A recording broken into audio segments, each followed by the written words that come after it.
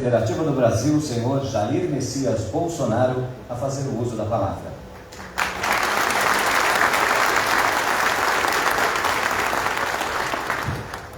Bom dia a todos. Uma satisfação voltar aqui. Lembro que estivemos juntos em 2018, por ocasião das eleições, na Copacabana. Uma amizade, né? Porque eu vou falar amor à primeira vista. Eu lembro quando eu era estudante, muito tempo, estou com 67 anos, e o professor certa vez disse: o desenvolvimento de uma nação se mede pelo consumo de ácido sulfúrico, H2SO4. Isso me marcou, entre outras coisas. Hoje, nós vemos que um dos grandes indicadores é o consumo de ácido de cada país. Então, os senhores, obviamente, fazem parte da nossa história, do nosso desenvolvimento. Eu pedi agora há pouco, o nome dele é Gerson, né? Acabou de falar sobre o Inmetro aqui. Eu lembro quando eu vi que no Inmetro tinha uma pessoa que havia já baixado portaria, né? Decidindo fazer 3 coisas no Inmetro. Primeiro, uma modernização em 4 milhões de tacógrafos pelo Brasil. Em média, R$400. É só fazer as contas aí. Também trocar todos os taxímetros do Brasil. Eu acredito que o taxímetro é melhor do que eu, mas ultrapassa a 200 mil no taxímetro do Brasil. Mais ainda. E também um chipzinho em cada bomba de combustível no Brasil, que já havia de maneira investigada, já era fraudável antes da sua implementação. Só tem uma coisa que é fraudável no Brasil, você só sabe o que é.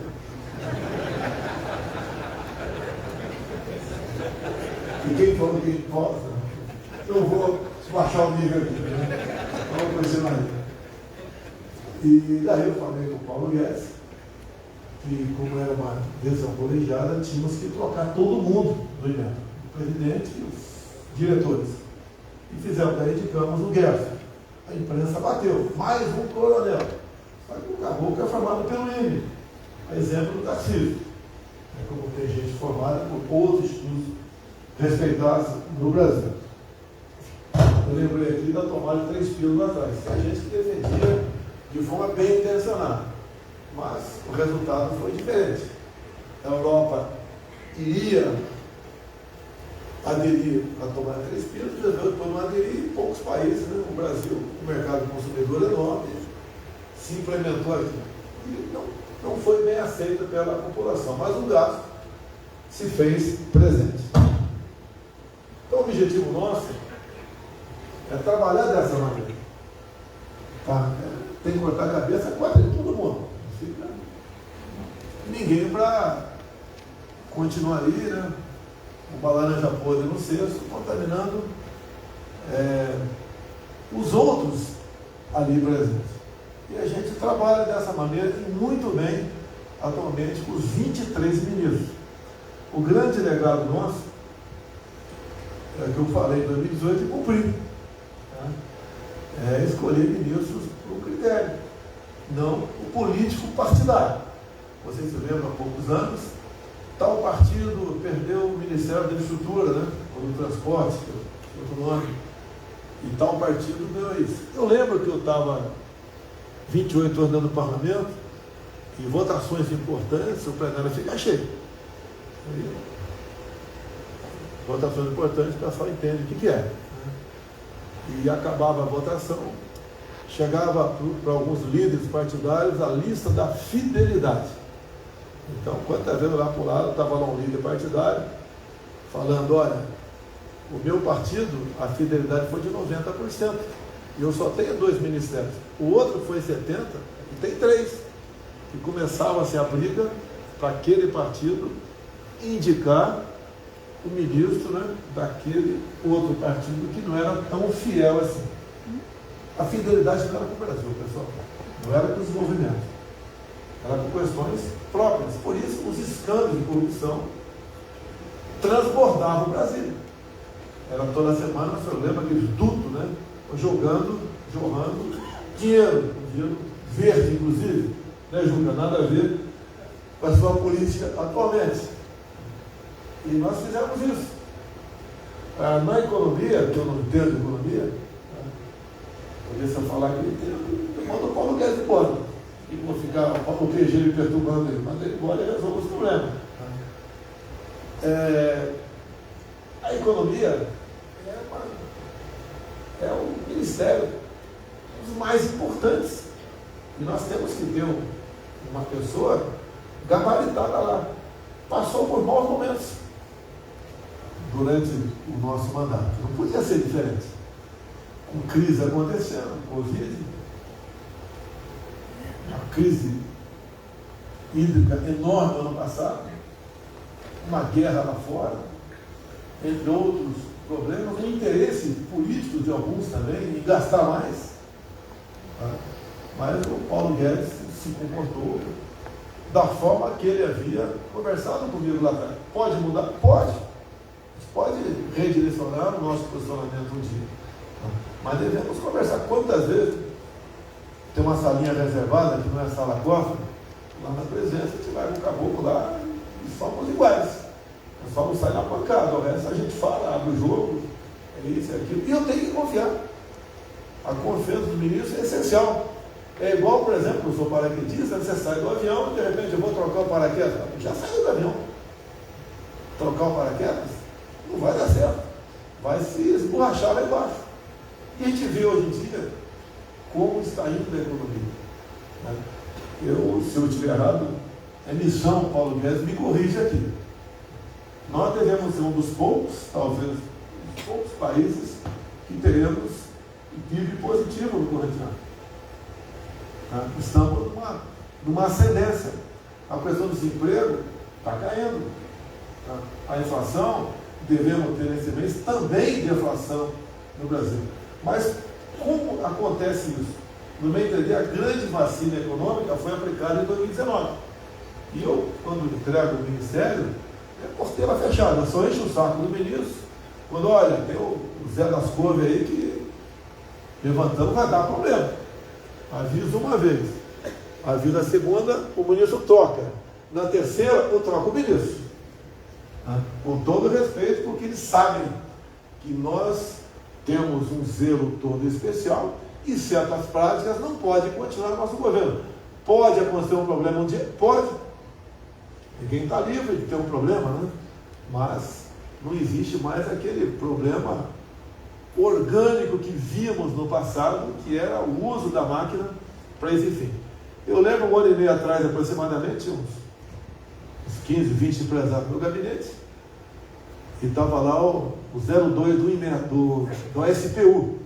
E o empresário pegou e falou: olha, eu quero dizer a vocês que pela primeira vez eu fui ao SPU e não fui achacado. Isso não é virtude, é obrigação nossa. Fazer o melhor. Ninguém aqui faz negócio com vocês. Vamos fazer um pedido, uma solicitação que é justa. A gente vamos conversar no quartinho da salinha cofre do lado para a gente ver como é que fica. Não existe isso. Há uma diferença. E hoje em dia, eu sempre falo, vamos fazer comparações. 3 anos e meio do nosso governo com 3 anos e meio de outros governos por aí. Para onde o Brasil estava indo, para onde nós estamos indo hoje em dia, com essa economia que está aí, está dando certo.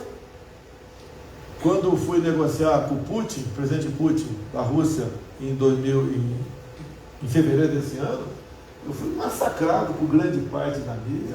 Até ministro meu veio falar comigo: você não deve ir porque está na iminência de um conflito. Bem, fomos e evitamos um outro conflito enorme. Imagine o Brasil sem fertilizantes, o que seria da nossa segurança alimentar, o que seria da segurança alimentar de mais de 1 bilhão de pessoas ao redor do mundo. E ser chefe, como vocês são chefes na área de vocês, tem que decidir. Obviamente que a minha decisão tem uma repercussão enorme, para o bem ou para o mal. Tudo que eu conversei com o Putin foi cumprido. 3 horas de uma conversa reservada, a 1,5 metro de distância, sem máscara, diferentemente do que ele havia feito há 2 semanas com o presidente da França, a 10 metros, e com todas as medidas sanitários. O que ele demonstrou dessa forma? A confiança na gente. E um ato também que marca, né, que eu faço sempre. A gente procura ver os bons exemplos e não fazê-los para dizer que é daquela maneira, mas porque está incorporado na gente. Ele, quando estava entrando no meu carro, lá de embora, venha conhecer minha sala. Eu fui lá conhecer a sala dele. É um gesto de carinho para a gente. Sabemos do que está acontecendo lá, lamentamos a guerra, lamentamos as mortes, e até há poucas semanas o presidente Zelensky da Ucrânia ligou para mim. Não posso falar tudo, mas o que eu senti na conversa é que ele queria uma posição firme do Brasil no tocante às sanções contra a Rússia. Eu respondi para ele: se eu tivesse poder de acabar com a guerra, teria evitado que ela acontecesse. Porque, vocês sabem, depois que começa uma briga, é muito difícil você chegar aí a um bom termo e botar um ponto final naquele conflito. Não vou discutir a guerra da Ucrânia, quem está certo, quem está errado. Eu sou presidente do Brasil, sem os fertilizantes. Acredito que todos nós aqui estaremos sofrendo coisas terríveis no mundo. A própria Europa, quando fala em Macron, há 40 dias a França, as suas florestas ardem, pega fogo. E olha que o tamanho da França equivale a 1/3 do tamanho só do estado da Amazônia. Então o pessoal cobra de mim apagar o fogo na Amazônia. Fazemos o possível. Mas a nossa Amazônia equivale a uma Europa ocidental. Só a reserva Yanomami, por exemplo, é 2 vezes o tamanho do estado do Rio de Janeiro. As nossas Forças Armadas, se a gente botasse todo mundo lá, não teria capacidade de apagar esse fogo. E se tivesse, né? Por que o Macron, numa área muito menor do que a nossa, não, traga. Posso falar esse nome aqui. Por que eu não apago o seu fogo lá? E dizer aos senhores, a Europa está com uma onda de calor muito forte. Obviamente, isso ajuda ao incêndio. Estão com um problema enorme com a sua segurança alimentar. Não estão no inverno ainda. Se tivesse no inverno, você sabe o que poderia acontecer: alguém fechando as torneiras do gás para aqueles quase 30 países ali presentes. Agora, o Brasil. Quem é o Brasil? O Brasil é um país maravilhoso. A Rússia tem o dobro da extensão territorial nossa. Sim. Mas nós aqui somos mais bonitos do que ele. Temos mais biodiversidade, terras agricultáveis, riquezas minerais. Temos tudo aqui. Mas isso é fonte de preocupação. Se o mundo está chegando a 8 bilhões de habitantes, e com fome, pessoal, se faz qualquer coisa. Aquele velho ditado, né? Casa onde falta pão, todos brigam e ninguém tem razão. Nós devemos nos preocupar com o Brasil. Para onde o Brasil está indo? Está indo no caminho da Venezuela, o país mais rico do mundo em petróleo, sim ou não? E a Venezuela, o pessoal sabe, o seu povo está em situação de miséria abaixo do Haiti. Eu estive no Haiti antes do terremoto. Morreram mais de 200 mil pessoas. Teria algo para falar sobre o Haiti, mas vai demorar muito aqui. A Venezuela, eu acho que essa sabe o que está acontecendo. Mudou-se o regime. Fizeram uma campanha fácil, né? Comigo você vai ter casa, comida e roupa lavada. O povão foi acreditando nas mentiras que a praxe da esquerda está no DNA da esquerda e chegou a esse ponto que está lá. E a Venezuela teve esse boom também, quando o petróleo estava em torno de 130 dólares o barril, né? E o governo podia vender a 2 centavos um litro de gasolina.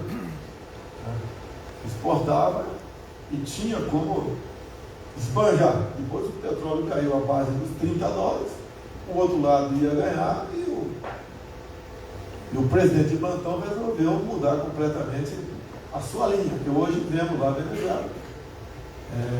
Até recomendo, né, tem muito jovem que defende a esquerda, que se o pai tiver condições, ele defende, geralmente quem defende vive do dinheiro dos outros. Né? Se ele puder ir lá para Pacaraima, a fronteira com a Venezuela, para ver. Hoje em dia chega em média, ainda em média 500 venezuelanos fugindo por dia, aqui para o Brasil. Pesando em média 15 quilos a menos do que ele tinha há poucos anos. E uma coisa impressionante, quando nós buscamos o nosso pessoal lá na Ucrânia, mandamos dois aviões da Força Aérea trazer o pessoal para cá, houve um pedido se podíamos trazer os seus pets, cães e gatos. Obviamente, de imediato, vimos aqui com a Visa, etc., sem problema, pode trazer. Ninguém chega fugindo da Venezuela com cães e gatos. Já comeram todos. Então nós temos que fazer comparações com o Brasil. Estamos vendo agora a economia da Argentina para onde está indo. Até falei há pouco tempo com o pessoal do agro. Um novo imposto, contenciones, 33%. Qualquer coisa exportada lá que tem a ver com girassol, trigo, soja, carne, um imposto. Nós não cobramos nada aqui do campo. E nem vamos cobrar, certo, PG? PG que manda aqui. Estamos juntos, PG? E o PG descobriu algo inédito. Né? Ou melhor, eu orientei o PG. O PG não sabia que era curva de Laffer e eu fui para cima do PG. PG, eu acho que a curva de Laffer já está lá para trás. Tá? E nós já estamos arrecadando menos, dada a carga tributária.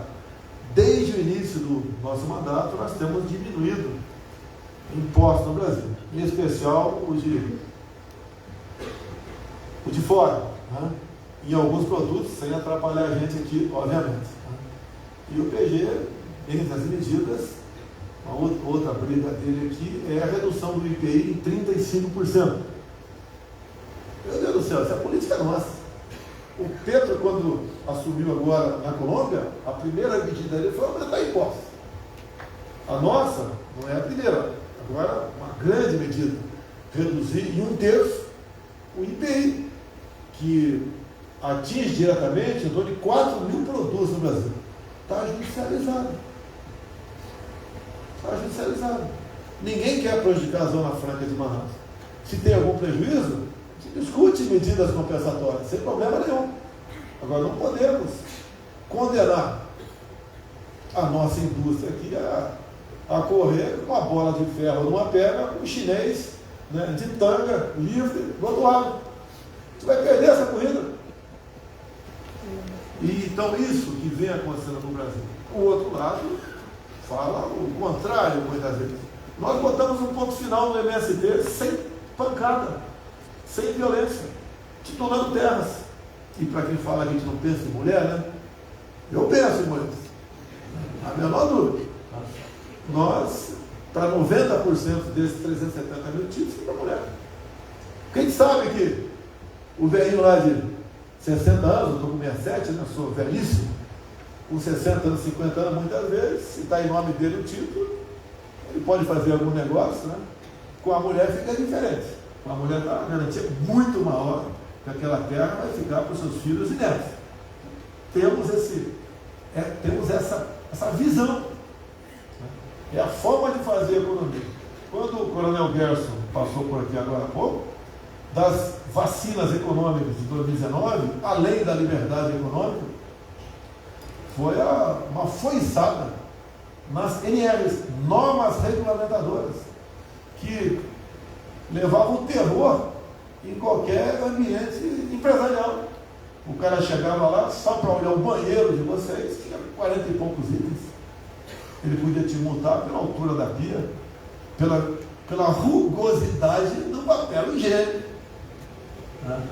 Pela ventilação adequada ou não, pela largura da porta, pela altura do trono.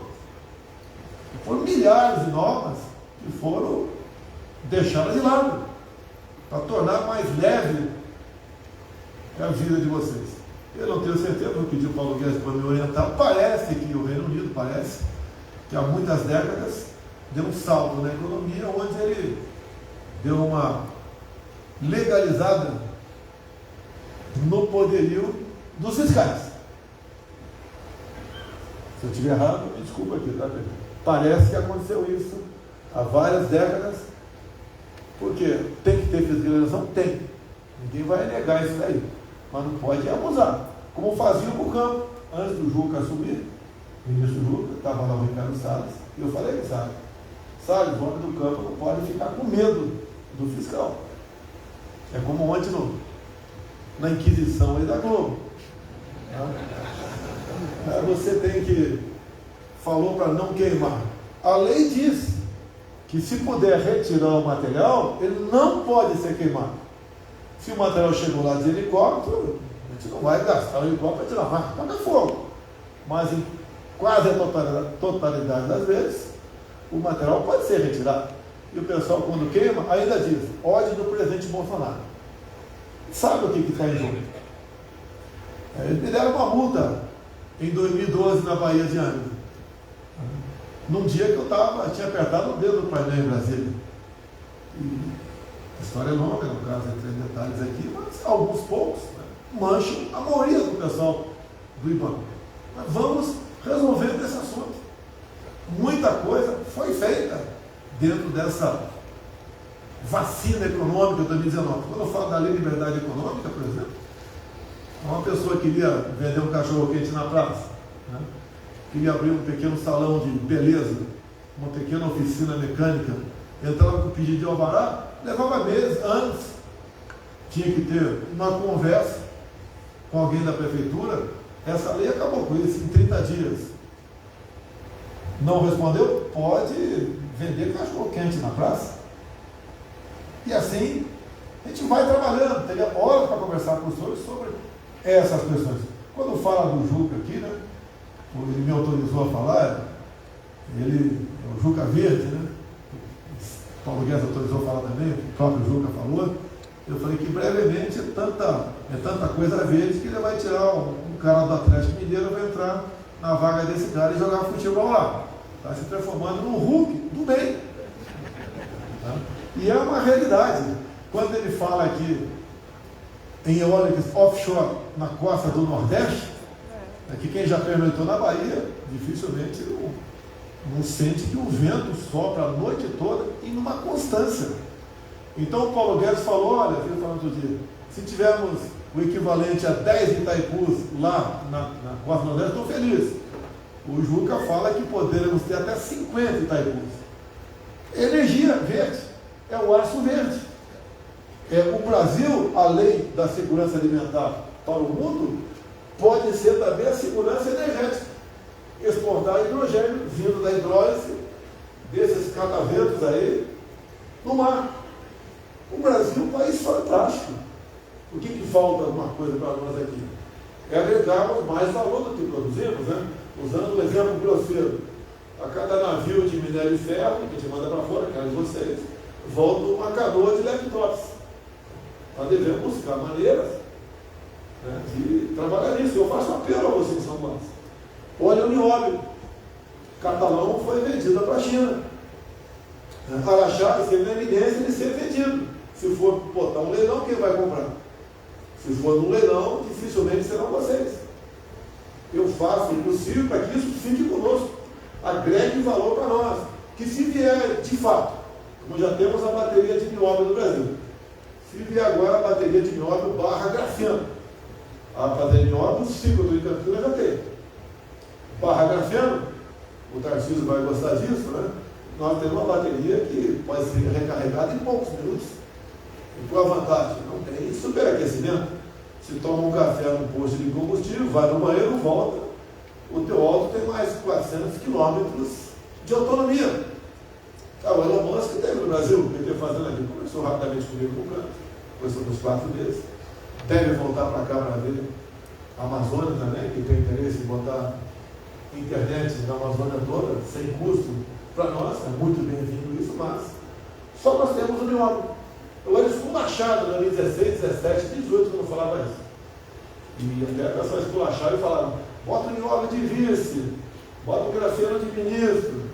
Obviamente é o pessoal que sabe desse potencial do Brasil. Só nós temos. Não é justo. E, por exemplo, permite aumentar mais um pouquinho o tempo aqui. Quando eu tive em 2019 no Japão, daí eu entrei em contato, logicamente, paguei missão para o pessoal, né? Levar no hotel meu um japa que fazia bijuteria de nióbio. Então o japa chegou lá, né?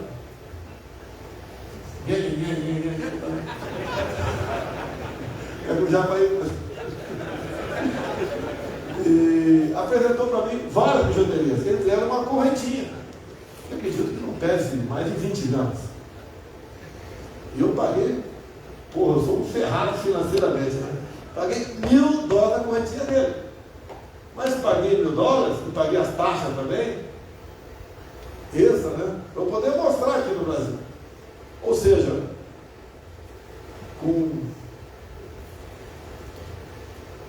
mais ou menos aí, 20 correntinhas, você compra uma tonelada de nióbio aqui no Brasil. E lá, o que é usado no Japão? O nióbio, isso é melhor do que eu. Na mistura com o ferro, você tem os prédios, né?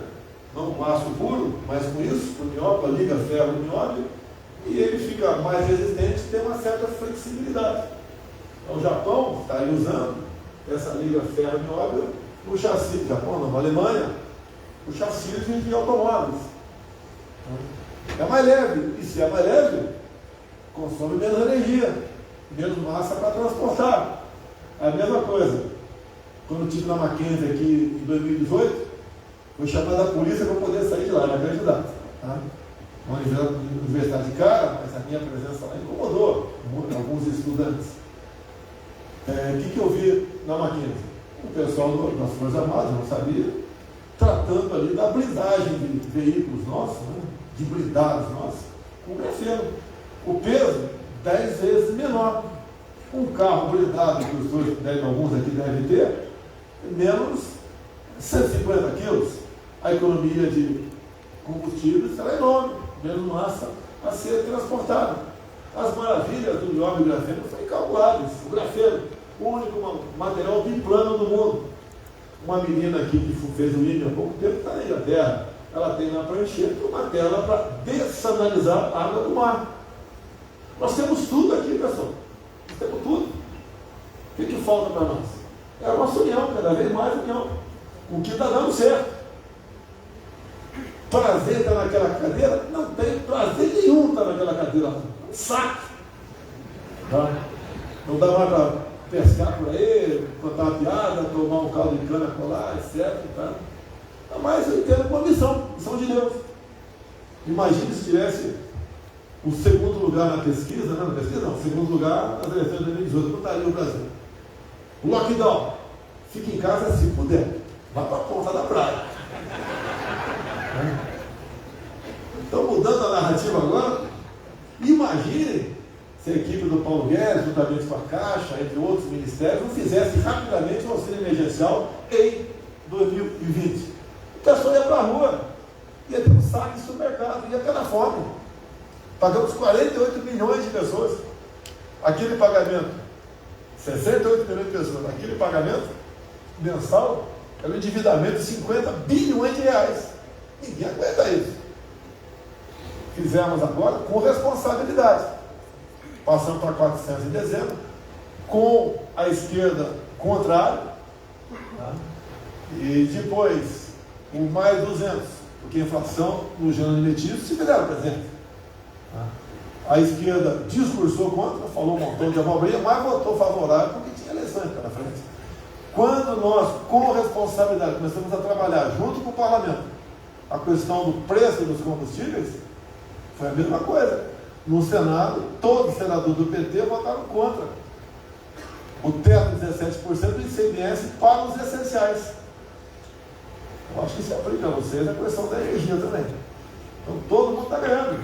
É o empresário, é o proprietário de sua casa, é aquela pessoa que tem um salão de beleza, o dono da padaria, que já está pagando menos na energia elétrica. Mas tudo isso com responsabilidade.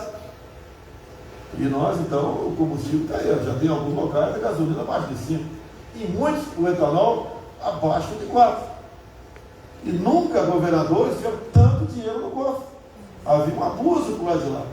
Quando faltava, vai dar uma normatizada. Vocês não sabem